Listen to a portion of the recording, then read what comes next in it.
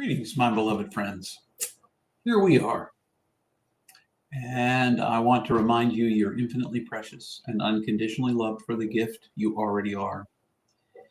The second half of the week, we do a short lunchtime bit of Lectio Divina. We are reading our way through the first letter of John, and we do it in short snippets. Lectio Divina sounds more complex than it really is.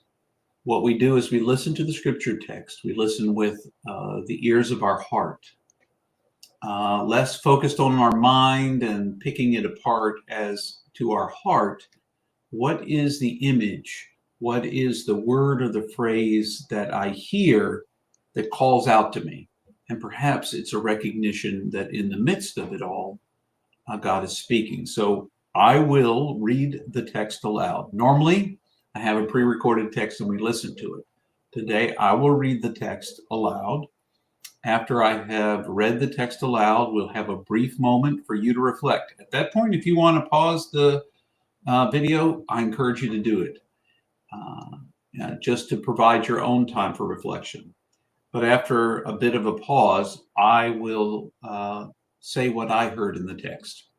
This is less of an intense Bible study where we pick apart what the words and what the words mean, and instead anticipate that Spirit will speak to us in those moments. So we pick up today with the reading from 1 John chapter 2, and we are looking today at verses 1 through 6. Now, catch your breath for a moment and bring yourself into this moment. You might want to close your eyes and listen deeply to what the text is saying. Listen and be present, if you will. If you do this on your own, do the exact same thing.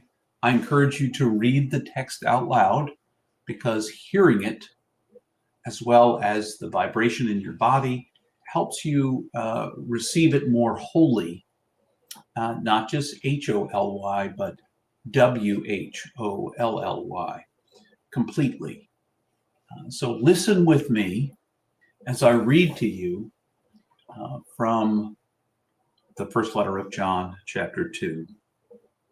My much loved children, I am writing these things to you so you will not walk a path of broken ways. But if anyone does, we have one who represents us before our Father, the Great Spirit. He is Jesus, the chosen one, who has always done what is right. He paid a great price to set us free from our bad hearts and broken ways, not only for us, but for all people. We can be sure that we truly know him if we follow the teachings of the chosen one. The ones who say, I know the Great Spirit, yet do not follow his teachings are lying, and the truth does not live in them. But for those who walk in his message, God's love has found its true meaning and purpose. The ones who say they are in harmony with the Great Spirit must walk in the footsteps of Jesus. This is how we know we are living in harmony with him.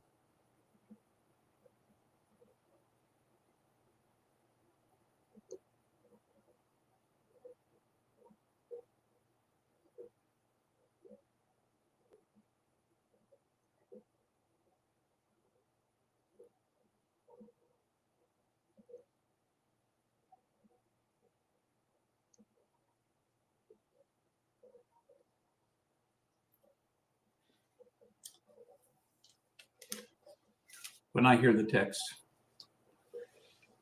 it's clear to me that faith is not something I feel just in my heart or think with my head. It's not a set of truths that I say yes to. What I heard this was that that the real measure of if we've heard the message is if we walk in the footsteps of Jesus, if we follow that path, if we live in love toward one another. Not if we just believe some simple truths that we've lined out, or that some pastor somewhere or some church, some group of creeds that we've lined out or have been lined out for us, but it's about practice. It's about being, to live into the truth and the harmony of what we have been taught. Because to me, faith is an action. It's not a feeling, and it's not a set of thoughts that we agree to. It is an action. It's a way of living, a way of enacting the same path that Jesus laid out for us. So for me, I feel called out by this passage to be sure that I'm not just sharing what I know intellectually, or even what I know in my heart of hearts, in my deepest self. But if what I know in my deepest self, what I know in my heart of hearts, what I know in my mind becomes real in the way that my hands work, in the things that I say, and in the way I listen to the voices of others. That seems to be the path of Jesus that I see reflected in him. And the call of the first letter of John is to be sure that we're practicing walking the walk, not just talking the talk. I'm pretty good at talking the talk. And I hope that I'm learning to walk the walk more closely every day. That would be the message I heard from it. I don't know what you might have heard. You can replay this message. You can replay it and listen to it again and see what it says to you. But that's what I heard in 1 John chapter 2. So remember, you are infinitely precious and unconditionally loved for the gift you already are. And go until the next time we see one another next week. All the best to you.